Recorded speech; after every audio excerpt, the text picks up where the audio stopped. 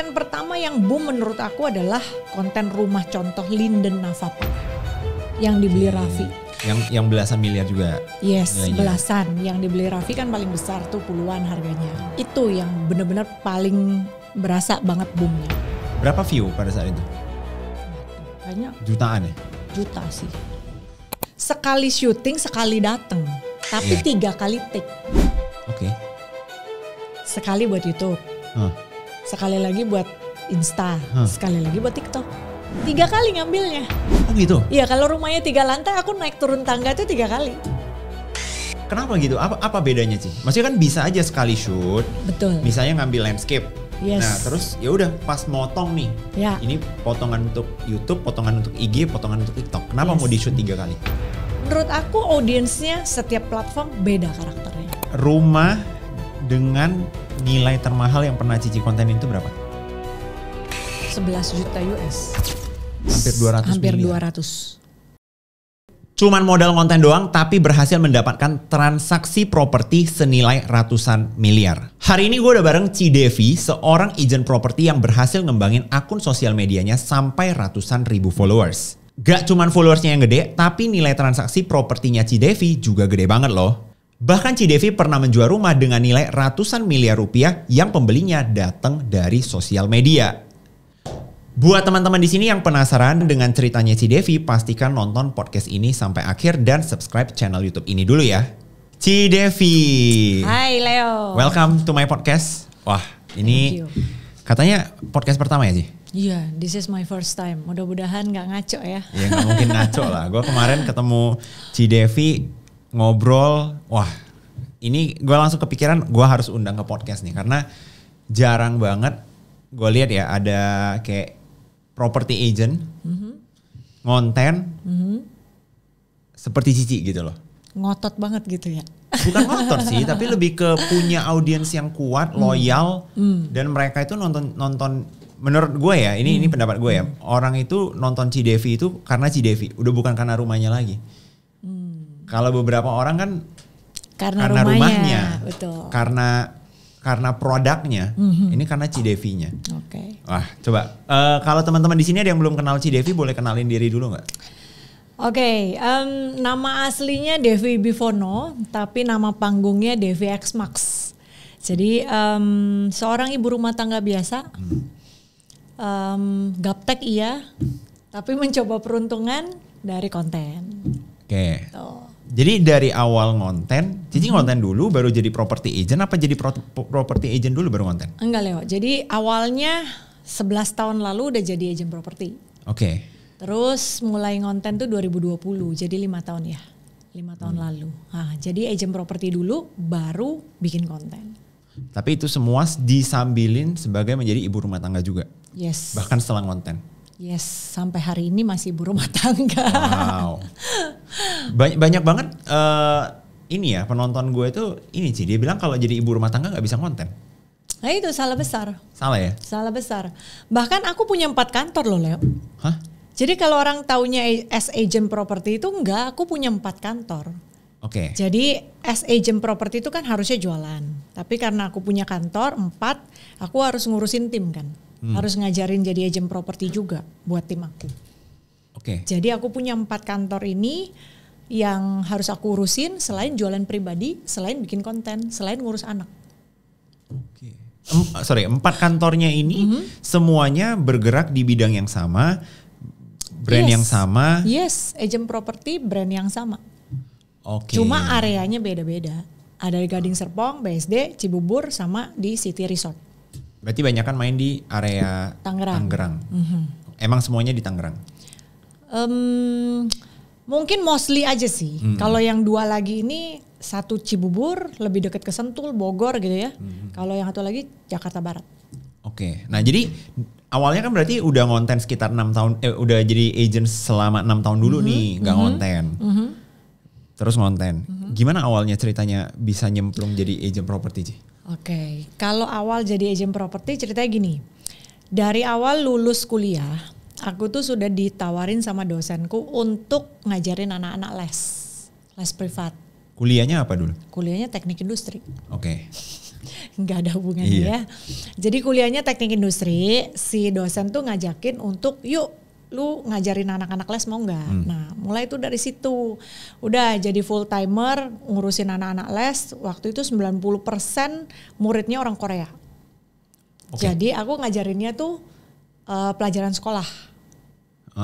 Every day, setiap hari, mulai dari jam 2 siang sampai jam 9 malam tuh.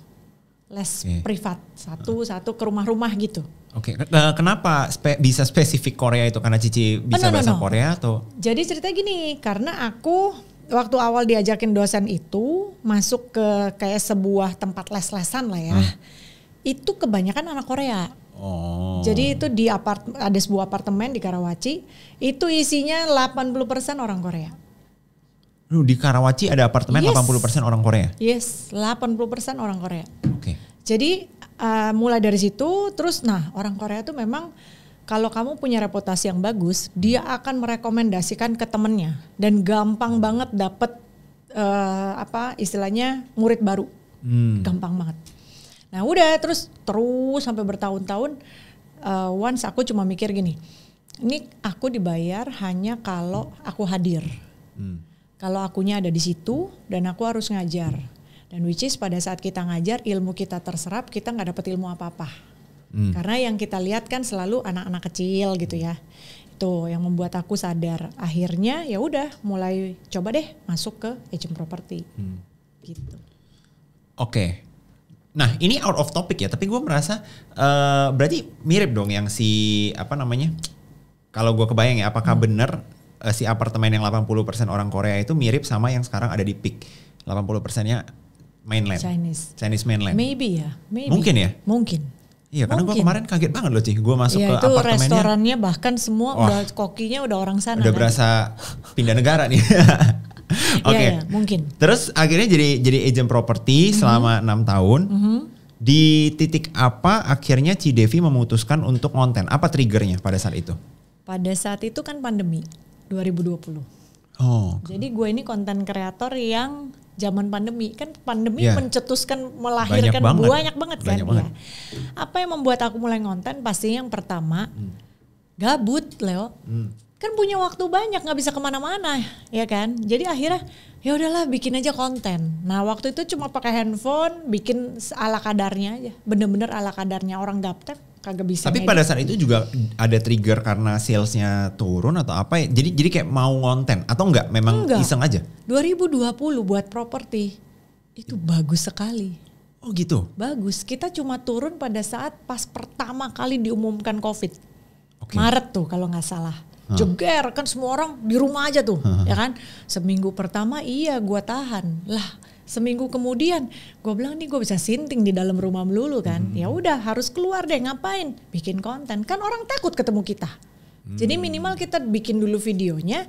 Pada saat dia ketemu, bahkan waktu itu gak berani ketemu loh Leo. Gue pernah ada momen dimana kita visit rumah, gue bukain kunci, Bu ibu silakan masuk, saya tunggu di mobil. Dia lihat sendiri, udah dia keluar, saya tutup lagi. Itu waktu itu saking takutnya tuh orang. Jadi permintaan si pembelinya. Saya nggak mau ketemu ya gitu. Jadi Cici di sana cuma untuk bukain kunci pintu, lu masuk, keluar kunci nanti, lagi goodbye. Iya, tapi sebelum dia ke sana dia udah lihat dulu videonya. Dia udah ada gambarannya, dia tinggal lihat lingkungannya, tetangganya kayak gimana gitu. Jadi kenapa bikin konten? Karena waktunya banyak.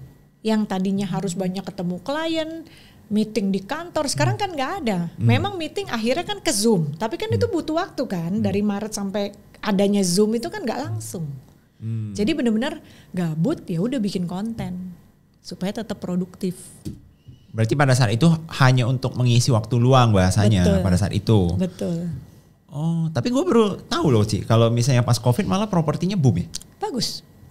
Kita jualan produk yang di BSD tuh, yang high end banget, belasan miliar.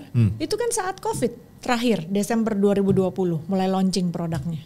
Dan itu kan laku, dangdung. Orang sampai bingung, di BSD harga belasan miliar, kok laku? Itu waktunya COVID. Jadi 2020-2021 itu buat properti sangat bagus. Tapi rata-rata yang beli pada saat COVID itu end up belinya untuk tinggal apa belinya untuk invest aja? Nah, banyak kan untuk tinggal. Kenapa? Malah banyak kan untuk tinggal. Yes, karena gini, kalau zaman sebelum COVID, Leo menganggap sebuah tempat tinggal atau rumah itu hanya lu pergi pagi pulang malam, ya kan? Yeah. Begitu COVID, lu dikunci di dalam itu rumah, mulai itu kelihatan gila ya, kamar gua kecil banget ya, ini ruang keluarga jelek banget ya, gitu. Jadi ada kebutuhan untuk upgrade rumah biasanya, dan orang Jakarta itu banyak banget yang beli di Tangerang. Karena dianggapnya ya lebih banyak penghijauan, lu mau jogging ada tempatnya gitu. Di BSD kan ada tuh Mozia Loop yang tempat orang main sepeda, itu sampai sekarang. Jadi kita properti bagus banget waktu itu. Oke. Gitu. Apa konten pertama yang pada saat itu boom banget di akunnya Cidevi? Jadi take off gitu loh. Pasti kan ada satu konten yang nge-trigger. Yes. Aku ini kan punya 3 platform ya. Jadi main di YouTube, TikTok dan juga Instagram. Sebenarnya waktu awal yang difokusin YouTube memang. Oke. Nah, konten pertama yang boom menurut aku adalah konten rumah contoh Linden Navapak yang dibeli Raffi. Nah, itu yang belasan miliar juga. Yes, nilainya. Belasan. Yang dibeli Raffi kan paling besar tuh puluhan harganya. Itu yang benar-benar paling berasa banget boomnya. Berapa view pada saat itu? Waduh, kayaknya Jutaan ya? juta sih. Juta. Di YouTube? Yes. Karena kan orang di itu tadi balik lagi di rumah aja. Iya, mungkin dia yang nggak ada niatan beli Iya, nggak ada rumahnya juga niatan. jadi Bener. refreshing ya, lihat Bener, rumah dia lihat gede. bagus juga ya. Coba ke rumah contoh gitu kan. Dan pada saat itu orang nggak bisa keluar negeri. Apa hiburannya? Nggak ada. Ke mall terus nggak berani juga kan ke mall. Akhirnya ya itu lihat-lihat rumah. Itu properti bagus banget Leo waktu itu. Jadi karena membahas rumah belasan miliar itulah akhirnya nge-boom. Tapi efeknya itu malah jadi lari ke TikTok dan Instagramnya juga trafficnya jadinya. Betul. Sebenarnya waktu aku kembangin 3-3-nya ini jalan paralel. Oke. Cuma waktu itu aku cuma fokusnya itu ke YouTube aja. Instagram sama TikTok tuh ya boleh dibilang ya kalau ada konten kita post gitu. Tapi lama-lama ngelihat juga nih kayaknya nggak bisa cuma di YouTube. Mau nggak mau bikin lagi, diseriusin gitu. Berapa lama Cidevi itu proses dari awal mulai konten posting sampai akhirnya ketemu si Linden itu yang konten yang boom? Aku kan mulai ngonten itu anggap aja April lah ya. Maret kan COVID, April 2020, si Linden itu akhir tahun, Desember. Lama juga ya? Lumayan. Jadi ya sebelumnya rumah-rumah second.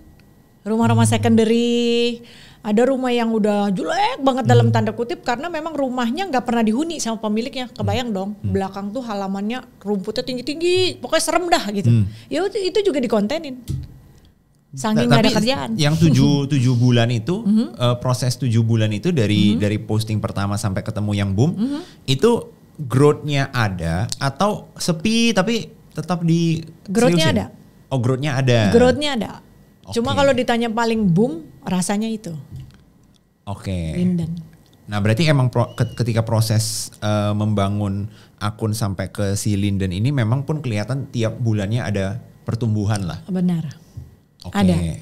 Nah banyak yang bilang ini Ci, kalau misalnya jujur ya gue gak kebayang ada orang mau beli rumah, nonton videonya dari TikTok, IG, YouTube masih mungkin lah. Oke. Tapi TikTok dan IG nih. Gue lihat IG dan TikToknya Cidevi gede banget.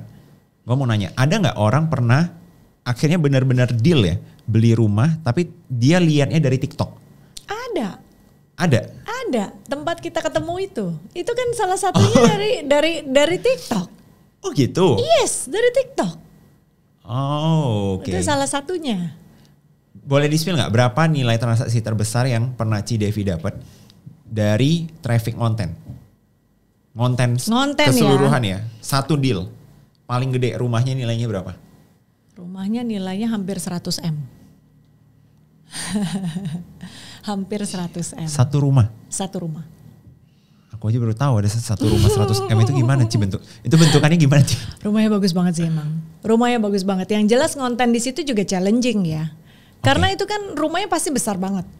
Gimana caranya menjaga retensi si penonton mau nonton segitu panjangnya itu video. Karena rumahnya besar sekali, ribuan meter. Udah gitu gimana caranya kita ngemas videonya kan supaya ya terlihat menarik dan memang kelasnya worth it gitu. Oke. Gitu. Wah. Ada yang belanja 100M dari traffic TikTok gitu ya. Jadi prosesnya gimana sih? Jadi dianya nonton chat Cici, aku mau lihat dong rumahnya gitu ya. Iya. Datang deal. Ya enggak segampang itu. Maksudnya datang tapi enak deal. Iya, datang, lihat. Ya mungkin kan sometimes harus membandingkan juga kan, namanya orang beli rumah kan nggak kayak gitu. Tapi Cici kaget nggak? Maksudnya bisa ada transaksi begitu yang datang itu dari? Sebenarnya hampir mau nyerah sih sama transaksi itu.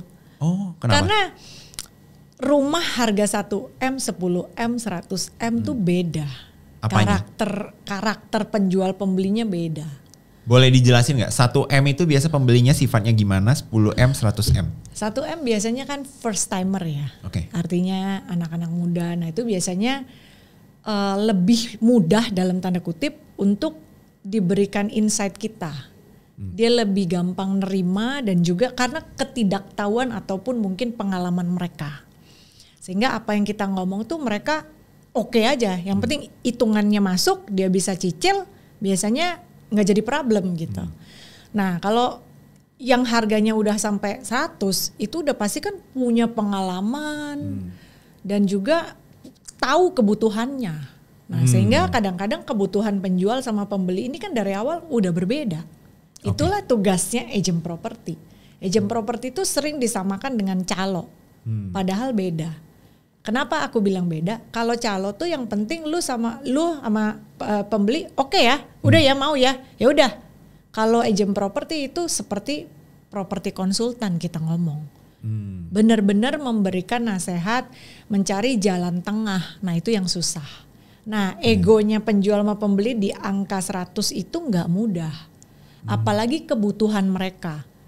Penjual bukan berarti butuh uang loh. Nggak butuh uang sometimes. Apalagi kalau dia rumahnya itu yang 100M. Iya, nggak butuh uang sometimes. Jadi kita harus tahu cara masuknya seperti apa. Dan butuh kesabaran pasti. Oke. Jadi berarti proses transaksi semakin, bisa nggak gue bilang kalau misalnya proses transaksi properti itu makin tinggi harganya akan semakin ribet? Prosesnya atau enggak tergantung sama orangnya aja gitu? Tergantung sama orangnya, cuma mungkin karena profilnya sudah berbeda, pasti tingkat kesulitannya beda. Oke. Gitu.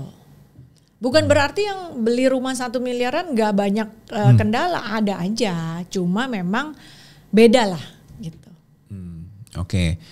Nah biasanya ini kita ngomongin kendala ya Ci. Biasa kendala apa yang akan ditemukan di pembeli rumah baru ya? Kendala atau komplainannya itu lebih seperti apa? Kalau yang udah pengalaman komplainannya lebih seperti apa? Biar ada gambaran gitu loh. Kalau first timer mungkin kalau anak muda biasanya kendalanya pastinya hitungan cicilan. Yang penting cicilannya masuk gitu, gimana caranya? Iya, pasti cicilan.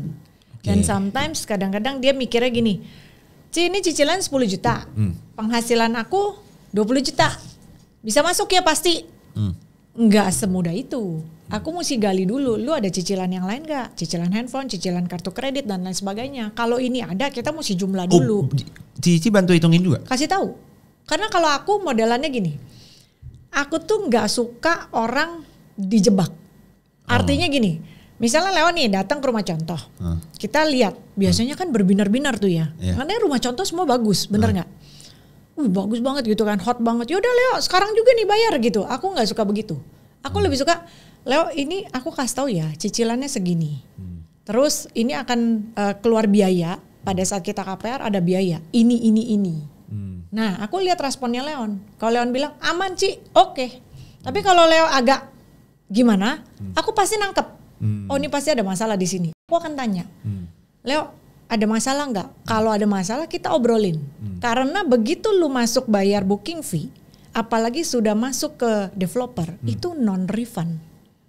Dan kita sebagai sales, kalau misalnya Leo kenapa-napa KPR-nya, kita juga nggak dapat apa-apa. Yang ada Leo sebel kan, kenapa si Cici nggak jelasin sih dari awal gitu. Nah buat aku lebih baik clear dulu semuanya. Termasuk lokasi nih, biasanya kadang-kadang misalnya bukan di dalam lah ya, di luar klaster tuh berbatasan sama apa misalnya yang dihindari, entah saluran tegangan tinggi yang kayak gitu. Kadang-kadang kan kita jual off plan, artinya beli gambar. Ada loh orang beli tanpa survei. Jadi aku mesti jelasin, Pak di sini ada saluran tegangan tinggi ya. Bapak masalah nggak? Oh banyak transaksi mereka bahkan nggak pernah lihat rumahnya? Banyak. Wow. Aku jual di Bali orangnya nggak datang sama sekali. Oke. Jadi cuma lihat video, aku jelasin gini, udah. Jual rumah di PIK 2 unit maksudnya. Orangnya dari Samarinda apa mana ya? Aku lupa, Sulawesi deh pokoknya. Nggak ketemu sama sekali. Dia cuma nanya. Terus ya udah Kak, aku oke. Pak, Bapak udah fix unitnya? Iya. Transfer deh kemana? Saya kasih nomornya. Dia transfer, terus saya nanya. Pak, kok Bapak percaya sih sama saya? Bapak nggak takut saya tipu gitu? Terus dia bilang, enggak lah, modelan kamu nggak mungkin nipu, ngomong gitu. Berarti gitu. ada ya orang beli rumah bahkan nggak pernah lihat rumahnya, cuma nelpon. Ada. Suka nih ya udah ambil deh. Ada. Wah, ini membuka cakrawala baru nih terhadap orang-orang kaya gitu ya. Ternyata ada yang main tunjuk-tunjuk. Bahkan kalau yang teman-teman agent senior ya, mereka kalau udah punya investor-investor tuh Leo, kalau beli ruko misalnya gitu, itu 4 deh, 6 deh, udah biasa. 4-6-nya juga yang udah terserah deh, yang penting ada 4. Ya, pokoknya 4 unit gitu. ya, pokoknya ya lu pilihin aja yang bagus. Sering begitu. Itu kalau orang udah benar-benar trust sama kita dan ya memang dia udah biasa beli ya, biasanya gitu. Oke. Wah ini keren banget sih ceritanya, gue sampai speechless gitu loh. Jadi oke. Tadi kan Cici bilang Cici ada ngonten itu dari yang rumahnya udah second, angker, sampai rumah yang 100 miliar. Iya. Apa bedanya dari ngontennya, dari sistem ngontennya itu untuk menjelaskan rumah second angker dengan rumah 100 miliar yang udah pasti bagus gitu ya bentukannya? Okay. Ada strategi konten yang berbeda nggak yang Cici pakai? Pasti. Jadi gini, aku kan punya 3 platform nih sekarang. Cara ngontennya di 3 tempat ini juga beda Leo. Jadi bukan sekali take langsung diposting di 3 tempat. Oke, bener-bener 3 kali posting. Dong. Yes, tapi 3 kali, sekali syuting, sekali datang. Tapi 3 kali take. Oke. Sekali buat YouTube. Sekali lagi buat Insta. Sekali lagi buat TikTok. 3 kali ngambilnya. Oh gitu? Iya, kalau rumahnya 3 lantai aku naik turun tangga itu 3 kali. Kenapa gitu? Apa bedanya sih? Maksudnya kan bisa aja sekali shoot. Betul. Misalnya ngambil landscape. Yes. Nah terus ya udah pas motong nih. Ya. Ini potongan untuk YouTube, potongan untuk IG, potongan untuk TikTok. Kenapa mau di shoot 3 kali? Menurut aku audiensnya setiap platform beda karakternya. Oke, apa bedanya? Menurut Cici ya, maksudnya kalau ketika Cici, karena kan effort dong sampai sekali datang 3 kali syuting ngulang hal yang sama, pastinya kan yang diucapkan mirip dong. Mirip. Fitur kan nggak berubah. Betul.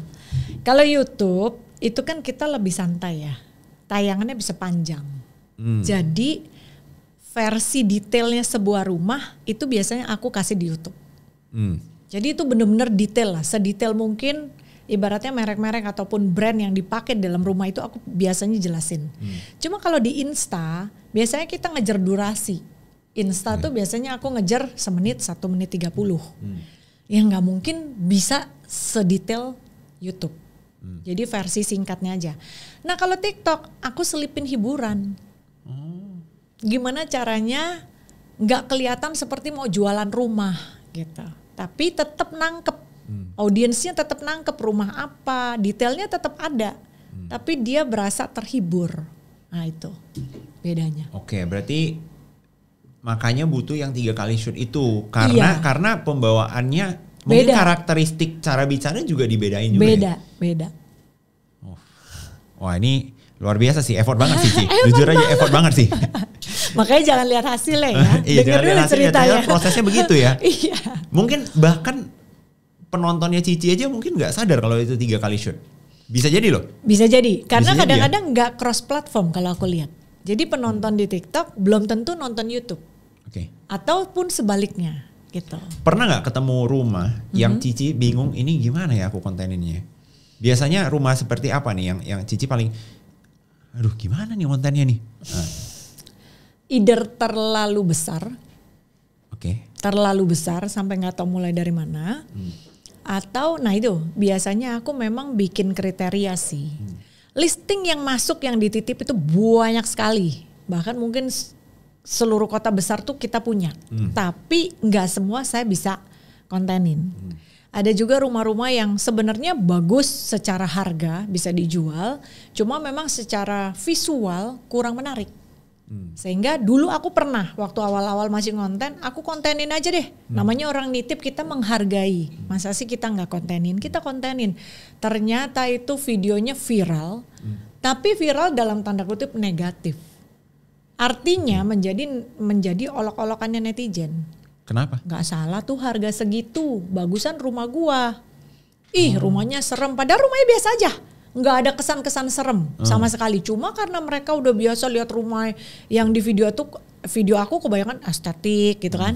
Akhirnya dia merasa rumah tuh ya agak-agak di bawah standar gitu loh. Jadinya ngikutin standar TikTok. Rumahnya ngikutin standar TikTok. Karena nontonin kontennya Cidevi yang rumah-rumah bagus banget. Bener. Jadi kalau agak ini dibuat bulan-bulanan. Jadi aku bilang kadang-kadang sama yang nitipin ownernya, Pak mohon maaf, saya bukan nggak mau ngontenin. Nanti rumah Bapak jadi bulan-bulanan. Nah itu saya biasanya hanya saya konten singkat atau hanya foto. Ya pokoknya saya publikasi.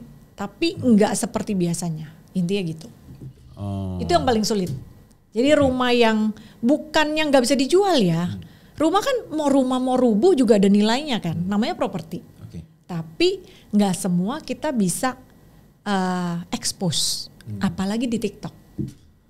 Gitu. Coba rumah dengan nilai termahal yang pernah Cici konten itu berapa? 11 juta US. Hampir 200 Hampir miliar. 200. Masih ada listingnya di Bali. Villa. 11 juta. Cakep banget. Berarti Cici terbang ke Bali khusus konten ya? Yes. Saya setahun bisa minimal sekali 2 kali lah ke Bali. Wah ini nanti gue mau nyari juga nih, penasaran gue bentukan villa 200 miliar itu. 11 juta US ya. Harganya 11 juta. Wah keren. Cakep. Ntar gue cek. Nah teman-teman cari aja, cari kalau villa 11 juta US muncul gak tuh di harusnya YouTube? Villa Bali atau Villa Devi X Max harusnya keluar. Nah tuh cek tuh. Cik gue mau nanya dong, jadi akhirnya boleh dijelasin gak gimana proses konten ini udah akhirnya mengubah karirnya Cidevi atau mungkin hidupnya Cidevi? Oke, mungkin dulu waktu pertama kali jadi agent properti yang tradisional. Gue sih nggak ngelihat sampai ngoyo banget bisa seberapa sih hasilnya dari agent property, hanya sales loh gitu kan. Tapi ternyata the power of content, apalagi kayak Leo ya ngajarin orang untuk FYP itu bener banget loh. Begitunya kita FYP, kita dikenal orang, ya listingan masuk, pembeli juga ada aja. Nah makanya konten itu bener-bener merubah aku sih. Artinya yang tadinya cuma jualan agent tradisional yang nggak dikenal siapa-siapa, begitu ngonten kita bisa dikenal dan karena dikenal jadi gampang. Orang tuh trusted, iya. Jadi gampang masuk gitu sama orang. Masuk akal. Itu yang mungkin juga karena misalnya tadi cerita yang si Samarinda itu ya, klien Samarinda itu ya, ya mungkin dia langsung percaya aja sama Cici karena mikirnya ya nggak mungkin lah orang follower segini mau nipu gua viralin balik, pusing juga dia kan, bener nggak? Betul.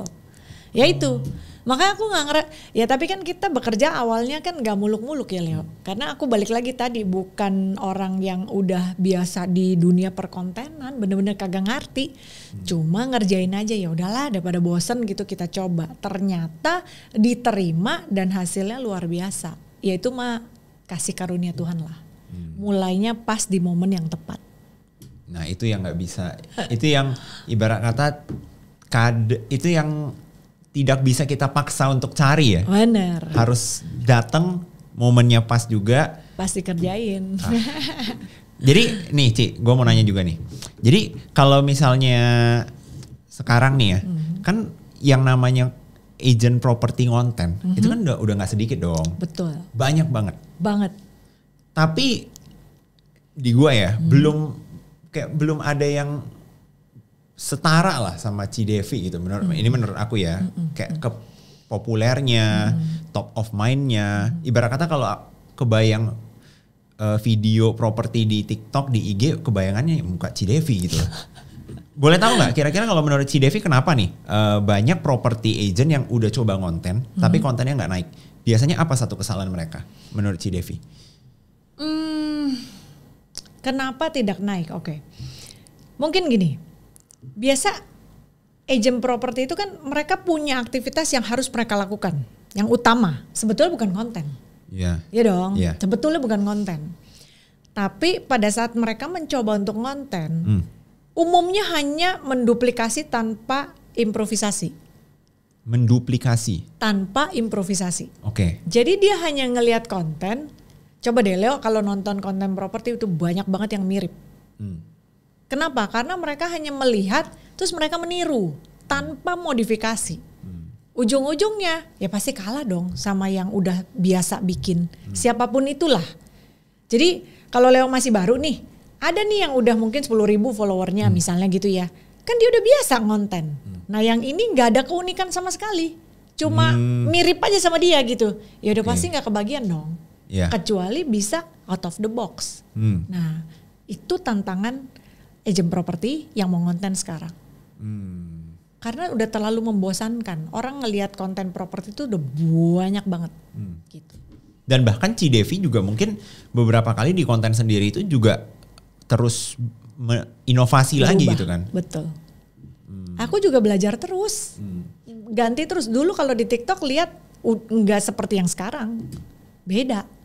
Makanya style diganti terus dan itu butuh waktu, butuh pengorbanan loh. Dan sometimes buat agent properti yang segitu sibuknya, memang kalau agent properti aktif sibuk sekali. So untuk nyari research begitu-begitu kayaknya nggak keburu Leo. Makanya harus punya tim sendiri. Oh berarti sekarang Cidevi untuk konten ada tim sendiri khusus? Sebenarnya aku tim kontennya belum sampai kayak orang-orang lah ya. Artinya ada yang research, ada yang bikinin script writing, nggak ada. Hanya kameramen aja. Tapi maksud aku minimal kalau kita mau maju harus ada research. Iya kan, harus tahu tren kan. Kayak yang Leo ajarin lah. Kenapa ini bisa, kamu bikin konten kayak gini bisa FYP dan lain sebagainya. Itu kan yang Leo ajarin. Nah kalau kita nih sebagai agent property nggak mau tahu, nggak belajar tren, ya otomatis kontennya begitu-begitu melulu.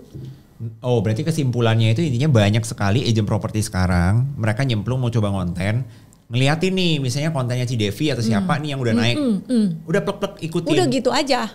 Padahal keunikan itu atau jenis konten itu udah diambil sama si orang pertama tadi. Betul, kan udah ciri khas. Orang tahu kok, misalnya nanti Leo ada beberapa agent properti banyak kok yang bagus gitu, dan lain-lain gitu. Yang lebih muda dari aku kan juga banyak gitu kan. Jadi intinya kenapa sih orang tetap mau nonton video aku? Kenapa ada orang yang sukanya sama dia? Ada kok. Nah, sometimes agent property itu nggak mau nyari. Udahlah, pokoknya gue bikin aja kayak dia gitu. Anggapannya bisa. Ya mungkin kalau zaman COVID persaingannya belum terlalu banyak. Bikin video nggak terlalu bagus pun banyak yang nonton. Kalau sekarang nggak bisa. Gitu.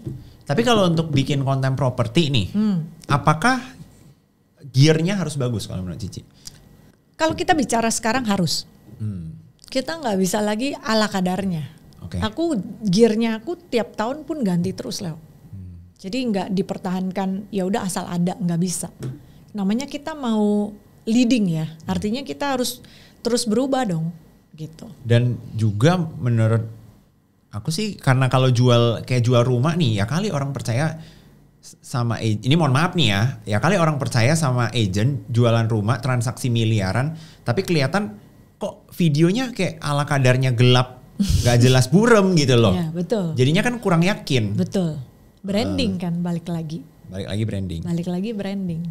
Branding harus bagus, branding harus kuat. Makanya sekarang kalau ada agent property dulu ya, waktu aku join agent property itu pasti di mana-mana slogannya adalah pekerjaan tanpa modal. Nggak pakai modal, cuma bayar sekali masuk ke agensi lah ya. Bayar, udah selesai nggak pakai modal. Sekarang nggak bisa. Masuk mau bikin konten harus beli ini itu, handphone harus oke, mic harus punya, gimbal harus punya, itu udah minimal. Belum lagi bayar portal-portal buat beriklan. Duit semua. Jadi kalau ada yang ngomong kerjaan agent properti tanpa modal, itu bohong banget. Udah nggak bisa kepake. Udah berubah? Udah berubah, bener. Tapi apakah sekarang semua agent properti menurut Cici yang mau naik, yang mau berkembang, harus coba konten? Atau nggak perlu? Sampai hari ini aku belum bisa, gini, banyak sekali agent-agent yang jualannya luar biasa, omsetnya gede, tanpa konten. Tapi jangan salah, dia punya keunggulan. Apa keunggulannya?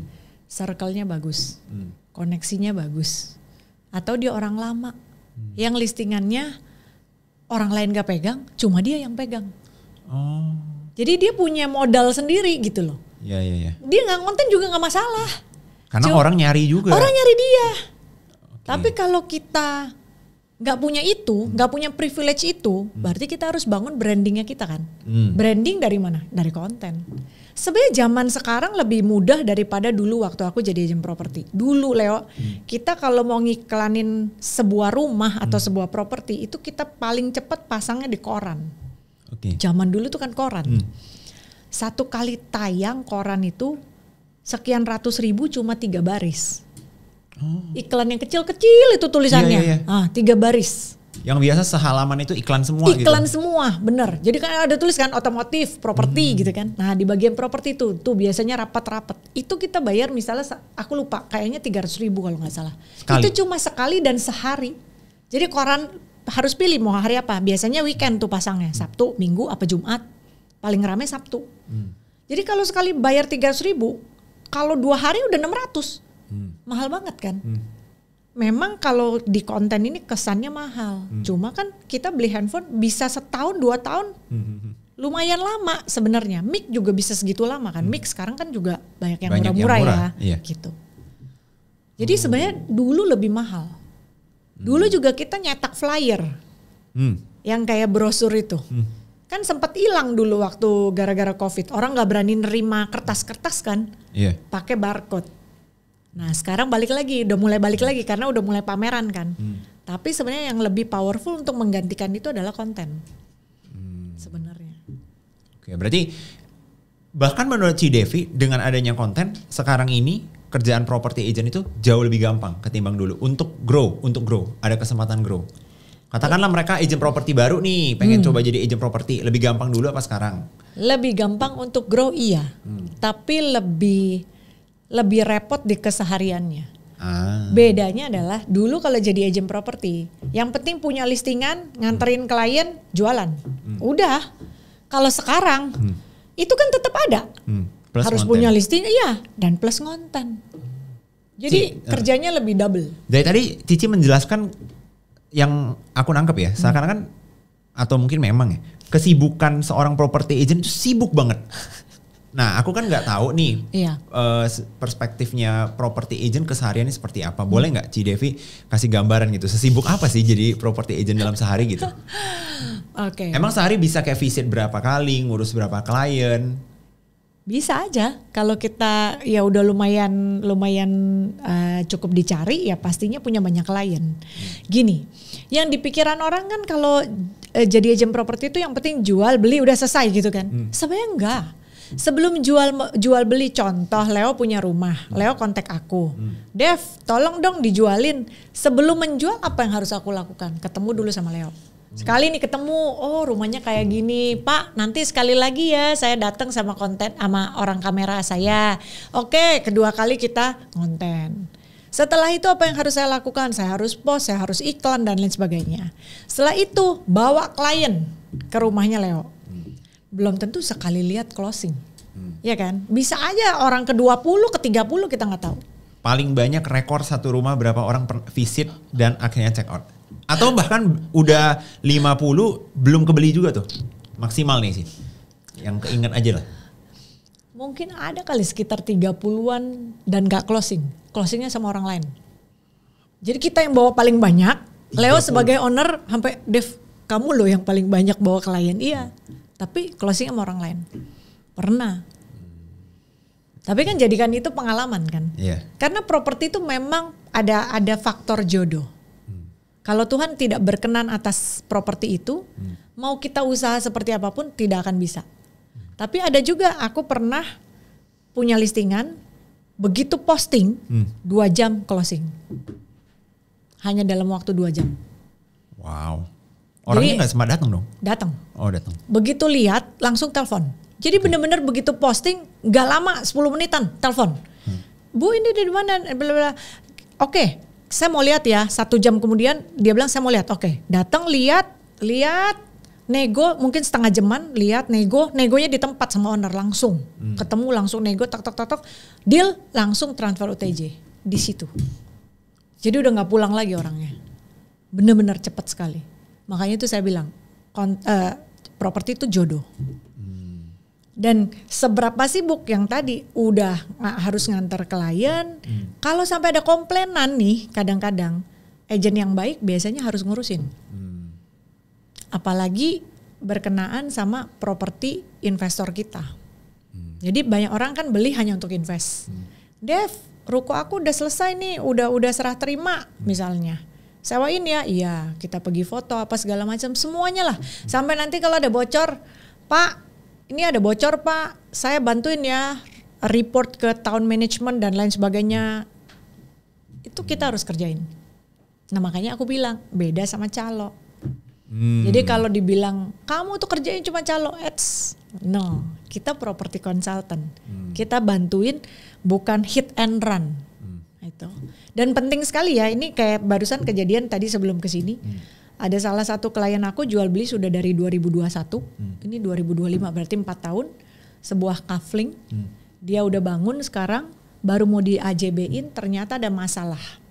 Dengan jadi surat-suratnya? Iya dia balik, bukan dengan surat-suratnya, surat-suratnya clear, cuma ada pembayaran yang kurang, kira-kira begitu. Nah dia kontak aku, bukan salahnya pembeli, tapi dari sisi penjualnya. Nah dia kontak aku tetap urusin. Jadi oh iya Pak, oke sebentar saya lihat dulu datanya waktu itu sama agent mana gitu kan. Kan kita agent sering kobrok ya. Bahasanya kobrok listingnya misalnya punya Leo, yang bayarnya yang bawa saya gitu. Nah dari situ aku cari masalahnya di sini, tetap saya selesaikan sama agentnya. Nah bayangin kalau Leo transaksi sama agent yang mohon maaf mungkin belum terlalu pengalaman, sehingga bisa aja nggak ngerti juga harus gimana gitu kan, apalagi udah transaksi komisinya udah entah kemana kan gitu kan, nggak mau ngurusin. Nah itu yang bahaya. Makanya kita harus cari branding sama jaga integritas. Itu modal utama kita kalau jadi agent properti. Nah gue jadi penasaran nih, jadi dari traffic ataupun klien yang datang dari konten ya Ci, kan nontonnya TikTok, YouTube, IG. Rata-rata yang datang itu anak muda apa yang udah berumur gitu. Karena kan kalau gua kebayang ya penonton TikTok itu harusnya anak muda. Tapi masa sih punya duit segitu gitu loh. Enak amat belanja rumah gitu. Anak muda yang datang ke podcast lu kan yang banyak duit banyak. Gini. Kalau ditanya banyakkan anak muda apa enggak, jujur ya sekarang umuran 30-an itu menurut aku masih muda ya. Dan mereka udah bisa beli rumah yang lumayan fantastis buat kacamata saya gitu.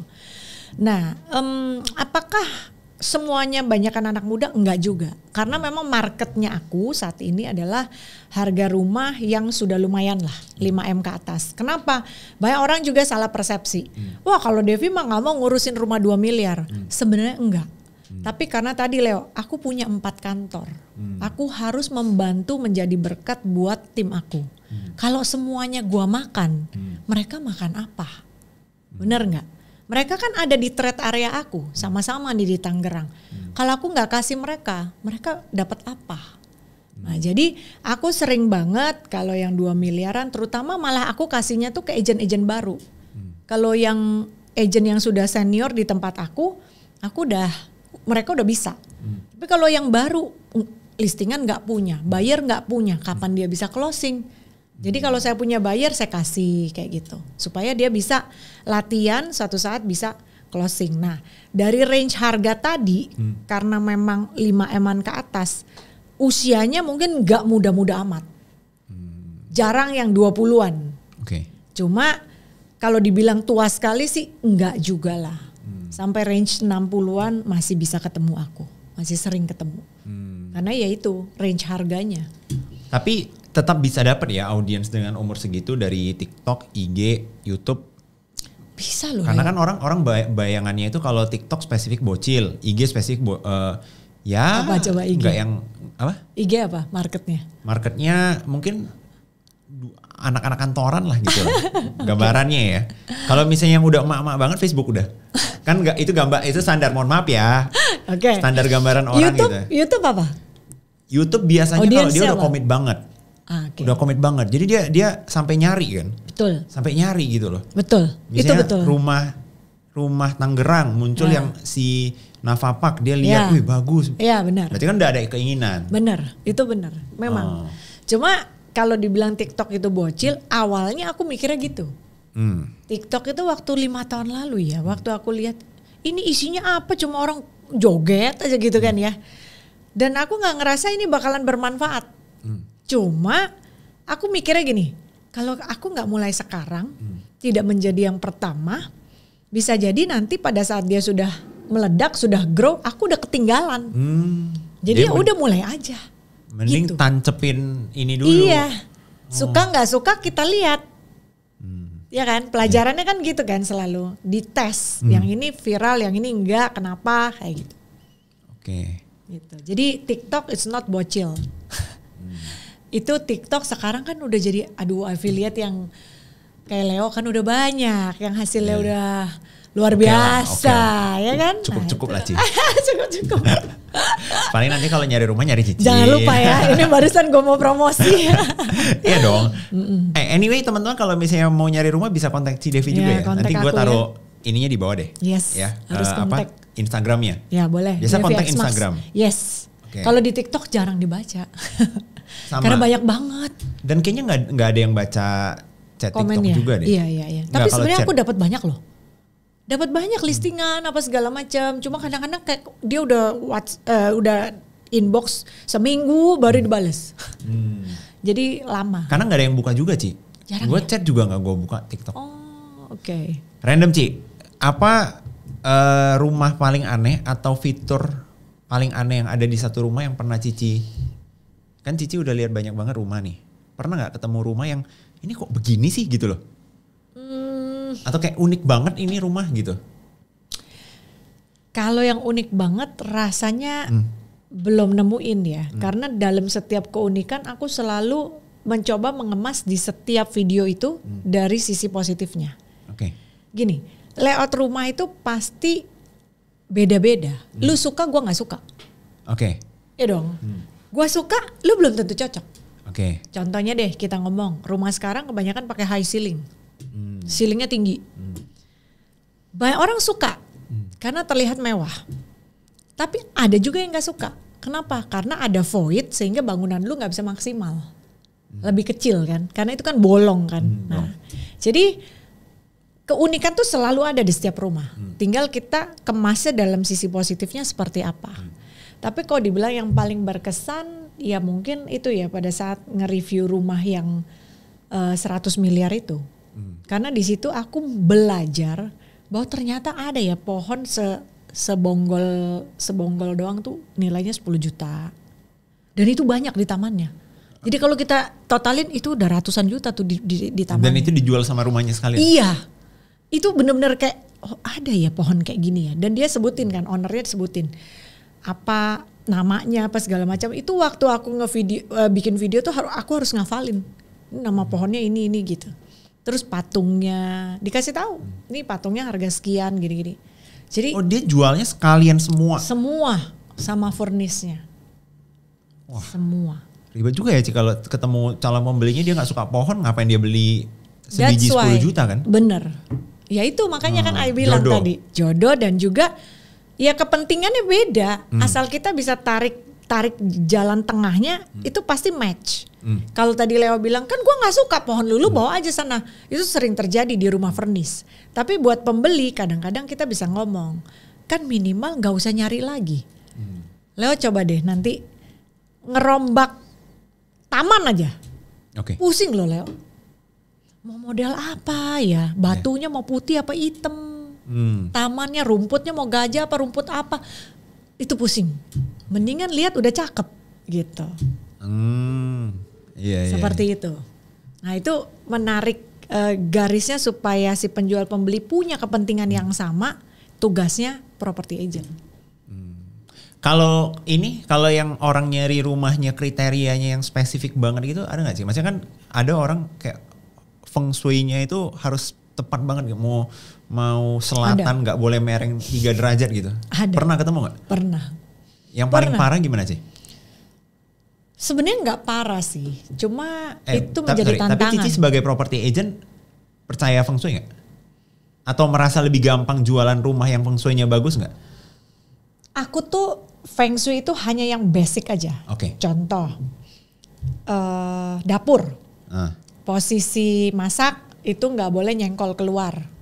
Oke. Jumlah tangga harus 5+1 atau 5+2. Contoh ya. Jadi itu aja. Kalau misalnya yang udah posisi kamar tidur headboardnya harus barat, harus selatan, itu enggak. Oke. Karena sebenarnya menurut pengetahuan aku, feng shui itu dicocokkan dengan siapa yang mau tinggal.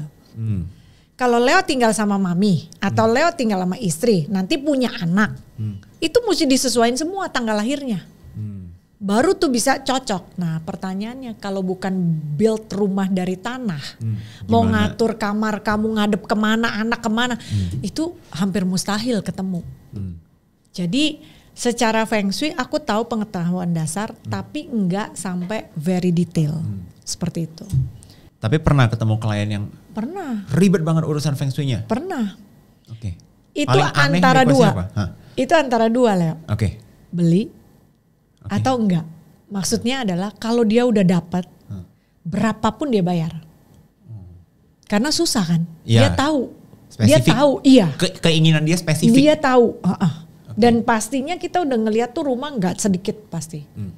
Terus yang kedua, kalau nggak dapet, bener-bener nggak cocok, nggak akan beli. Lu paksa kayak apapun nggak akan mau. Pak ini kan bisa dikias gini-gini, nggak mau. Pokoknya sesuai. Derajat-derajat itu, aku pernah. Pokoknya kalau dia bilang, saya bawa orang feng shui ya, udah nasib udah tinggal. Antara dua. Antara pasti beli atau pasti nggak beli? Iya. Jadi sebenarnya tapi buat agent properti itu enak sih menurut aku ya. Orang semakin tahu apa yang dia mau, berarti dia semakin serius. Buat aku ya. Daripada lu Leo cari rumah yang gimana, ya keluarin aja dia yang Cici punya, mateng. Itu kan dari range harga sekian sampai sekian masa semuanya. Leo juga pusing kali dikirimin segitu banyak pilihan gitu. Berarti Leo belum tahu apa yang Leo mau. Masih sightseeing, masih lihat-lihat dulu. Oke. Nah nih Ci, kita masuk ke sesi akhir dari podcast ini. Gue mau nanya sedikit tips untuk teman-teman di sini yang anak muda. Dan katanya ya sekarang itu anak muda susah nyari rumah Ci. Susah beli rumah. Sorry bukan, kalau nyari mah gampang ya, tinggal pilih aja tuh, banyak kan. Cuman belinya tuh Ci. Cici setuju gak kalau sekarang anak muda susah beli rumah? Dari sudut pandang seorang property agent yang handle langsung klien beli rumah. Oke, kalau dibilang anak muda susah beli rumah, menurut saya mungkin lebih challenging tepatnya, bukan lebih sulit. Oke. Buat kita orang yang mau berusaha pasti ada jalan, menurut aku ya. Cuma kenapa aku bilang lebih sulit? Karena gini, zaman dulu usia aku 20-an, sama Leo sekarang usia 20-an, itu source of informationnya beda. Kalian lebih cepat dapat informasi. Kita enggak, sehingga apa? Persaingan di dalam pekerjaan apapun itu jauh lebih sulit daripada sekarang. Coba deh Leo ngobrol sama mami. Zaman dulu cari duit lebih gampang daripada sekarang. Kenapa? Karena pesaingnya nggak tahu banyak. Source informationnya juga nggak terlalu cepat kayak sekarang. Sekarang dunia tuh cepat banget berubah. Kalau kita nggak bisa beradaptasi, susah, ya kan? Kedua, kemudahannya itu terlalu banyak. Maksudnya gimana? Leo sekarang mau beli kopi, Leo tinggal pencet. Benar. Itu mendukung untuk konsumtif, benar nggak? Zaman dulu mana ada, kita mesti keluar, mesti bawa motor sendiri, butuh effort lah. Ujung-ujungnya kan, males lah, atau hujan, gak jadi belilah. Jadi duit itu lebih ngumpul. Sekarang semua dicicil. Ya kan? Beli apa? Travel aja bisa dicicil. Iya. Udah pergi sampai pulang masih punya utang. Iya kan? Belanja di marketplace aja ada pay later-nya lagi. Nah itu dia. Kalau pakai pay later dikasih promo lagi. Nah itu dia, lebih murah jatuhnya. Iya kan? Jadi kita dikondisikan supaya berani untuk itu tadi spending, padahal belum tentu uangnya sudah punya. Nah beda sama generasi waktu aku dulu umur 20-an, nggak ada fasilitas itu. Sehingga kita lebih mungkin satu kesempatan ngumpulin duitnya lebih ada, kedua tempat buangnya nggak terlalu banyak kayak sekarang. Gitu. Jadi kalian tuh sebenarnya anak muda lebih challenging iya. Tapi kalau dibilang sulit punya rumah, balik lagi. Konsumtifnya seperti apa? Jadi waktu awal ya Leo, aku share sedikit. Awal aku bisa beli rumah pertama, sama sekali nggak ada campur orang tua. Itu memang pembeliannya secara KPR. KPR 10 tahun, tapi puji Tuhannya 5 tahun sudah bisa lunas. Dengan cara apa? Mindsetnya bener, ini gue masih punya utang. Jadi cepet-cepet kita ngumpulin duit supaya utangnya bisa beres, kan kira-kira begitu kan. Nah ada tuh beberapa anak muda, klien-klien yang pernah aku temuin lah ya, nggak mau cepet-cepet lunas, biarin aja. Nah itu mindset yang populer loh Ci. Nah itu kan. Kalau bisa tarik makin lama, makin untung katanya. Nah itu, duitnya diputerin katanya. Ya aku bilang, ya kalau investasi, ya aku nggak ngerti ya, mungkin kalian lebih pintar. Artinya gini, investasi mungkin bisa, ini duit misalnya 500 juta, daripada gue bayar utang nih KPR, mendingan gue puterin, bisa jadi 600, 700. Ya kalau investasinya bener sih mungkin bisa. Kalau pas lagi turun investasinya atau ya dalam tanda kutip beresiko, iya kan? Ini utang masih ada, duitnya ambles. Nah itu yang sering terjadi. Jadi yang penting berani ngambil keputusan sih menurut aku, karena dulu kan sempat populer kan, mendingan sewa daripada beli itu kan. Iya. Nah itu kita agent properti sih. Nyicil sampai berpuluh-puluh tahun kalau bisa tuh. Iya. Kalau lu hitung hasil, misalnya nilai harga rumah sekarang 1M, terus lu cicil 20 tahun, ya udah jelas lah, nggak mungkin 1M juga kan rumahnya, bisa jadi 3 miliar, 3 kali lipat. Nah dalam waktu 20 tahun harga properti ini berapa? Kan itu yang dibahas kan, lebih baik sewa katanya. Cuma kan kita sebagai orang yang menggeluti properti itu tahu banget susahnya nyewa, nggak segampang itu nyewa. Jadi ya lebih baik kalau bisa punya properti sendiri sih, minimal 1 lah dalam hidup, minimal 1. Apa satu mitos properti yang menurut Cici paling nyebelin untuk seorang agent properti? Ada nggak kayak mitos yang beredaran di luar sana gitu? Yang menurut Cici, aduh ini salah tapi kok semua orang nganggapnya bener sih? Kemarin gue sempet bikin sih, ada satu konten itu tentang biaya transaksi jual beli kalau surat rumahnya itu PPJB. Karena lu tahu kalau di Tangerang kita banyak banget developer kan. Jadi suratnya itu pasti masih PPJB. Nah pada saat dibilang mau beli rumah PPJB, orang awam yang tidak paham biasanya di orang daerah, karena mereka biasanya transaksi semua sertifikat. Itu menjadi momok dan perjalanan panjang buat kita sebagai agent properti harus menjelaskan bahwa ini biayanya sama persis. Hanya bedanya harus menaikkan status sertifikat HGB menjadi SHM. Dan which is itu kalau di Tangerang urus sendiri ke Pemda cuma bayar 50.000. Nggak ada mahal-mahalnya. Kalau pakai notaris ya karena harus ada birokrasi dan macam-macam, pasti biayanya jadi 1 jutaan, 2 jutaan kayak gitu, tergantung nilai rumahnya. Nah itu yang sering sekali harus dijelasin. Sama ada lagi mindset yang kedua, beli sama agent properti jadinya mahal. Ada sisi komisi kan, padahal salah persepsinya. Maksudnya gimana? Penjual itu sudah tahu harus keluarkan kos untuk itu. Pertanyaannya kalau Leo nih mau jual rumah, saya pembeli, saya udah datang sama agent A. Besok lagi saya datang sendiri ke rumah Leo karena Leo masih huni rumahnya. Pak Leo, saya mau beli rumah Bapak. Misalnya 2 miliar deh, kurangin saya deh. Kan gak usah bayar komisi Pak, kita transaksi langsung aja misalnya. Nah kalau sampai diiyain, yang rugi penjual. Kenapa saya bilang yang rugi penjual? Sama-sama keluar kos kan, Komisinya yang satu dibayar, yang satu nggak dibayar tapi dipotong harga, bener nggak? Tapi repotnya karena nggak ada agent, Leo yang ngurus, bawa ke notaris, bayar pajaknya gimana, ya kan? Terus juga ini dia ngasih tanda jadi suruh bikin kwitansi, harus bikin sendiri dan lain sebagainya. Belum lagi kalau ke developer harus ngurus ke legal dan lain-lain. Leo jadi effort. Pembeli kan nggak mau tahu, ya udah pokoknya kasih tahu aja Pak Leo tanggal berapa saya datang bayar, ya kan? Costnya sebenarnya sama loh, cuma Leo potong harganya ke aku. Nah itu sering. Ribet. Iya, jadi pembeli berpikir kalau tanpa agent lebih murah. Kalau penjual yang cerdas, yang smart, dia nggak akan mau. Ya lebih baik lewat agent lah, yang repot agent. Sama aja harganya. Kecuali bayarnya sama, 2M ya, jangan dipotong. Kan nggak mau pembelinya. Iya. Bener nggak? Nah itu yang sering terjadi. Itu yang sering terjadi.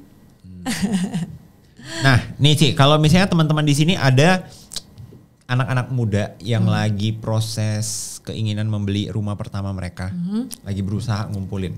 Apa satu tips dari Cici supaya impian itu bisa segera terwujud? Pastinya jangan terlalu konsumtif menurut aku ya. Dulu gini, aku share lagi, ini pengalaman pribadi aku. Jadi aku dengan suami itu perantauan lah ya, bukan asli orang Tangerang. Jadi kita di sini benar-benar usaha sendiri, kerja sendiri tanpa dari orang tua. Nah, pada saat kita mulai berumah tangga, pastinya kan pengeluaran tuh dari kecil menjadi besar, benar ya? Karena dari berdua terus punya anak gitu kan. Saya cuma ngomong sama suami gini, ini kalau kita mau kecilin pengeluaran bisa sih. Cuma berapa kecil sih Leo? Dari pengeluaran sekian mau dipres sampai 50%, mungkin nggak mungkin, tapi itu drastis banget pasti, ya kan? Yang make sense adalah gedein pemasukan, ya kan? Jadi jangan fokus pada pengeluarannya aja. Banyak orang salah, udah gua ngirit sengirit mungkin gitu kan ya, tapi sumber income-nya nggak ditambah, itu yang salah. Jadi kalau kita bisa sumber income-nya nambah, otomatis saving-nya harus nambah, gaya hidup jangan nambah. Kan seringnya gitu, income nambah, gaya hidup wah eksponensial gitu kan. Ya udah habis. Kalau gaya hidupnya nggak nambah, income-nya nambah, pengeluaran diperkecil, wah itu sih pasti bisa beli rumah. Gitu. Keren. Nih Ci, satu pertanyaan terakhir sebelum kita akhiri podcast ini. Kalau teman-teman ada yang udah nonton podcast kita ini sampai ke detik ini ya, udah mau 1 jam Ci. Nggak berasa ya? Nah, iya nggak berasa. Berarti mereka suka banget nih sama ceritanya Ci Devi tentang properti, tentang kisah Ci Devi ngonten. Apa satu pesan yang mau Cici sampaikan ke penonton yang udah nontonin podcast kita sampai akhir? Jadi agent properti itu nggak harus menjadi yang terbaik. Nggak harus menjadi yang tercepat. Tapi jadilah orang pertama yang mereka ingat pada saat mereka cari properti. Wih, luar biasa. Itu. Thank you Ci Devi udah datang ke podcast ini. Buat teman-teman yang mau nonton podcast-podcast lain dengan tamu sekeren Ci Devi, pastikan udah subscribe channel ini dan tunggu episode selanjutnya. Thank you. Thank you.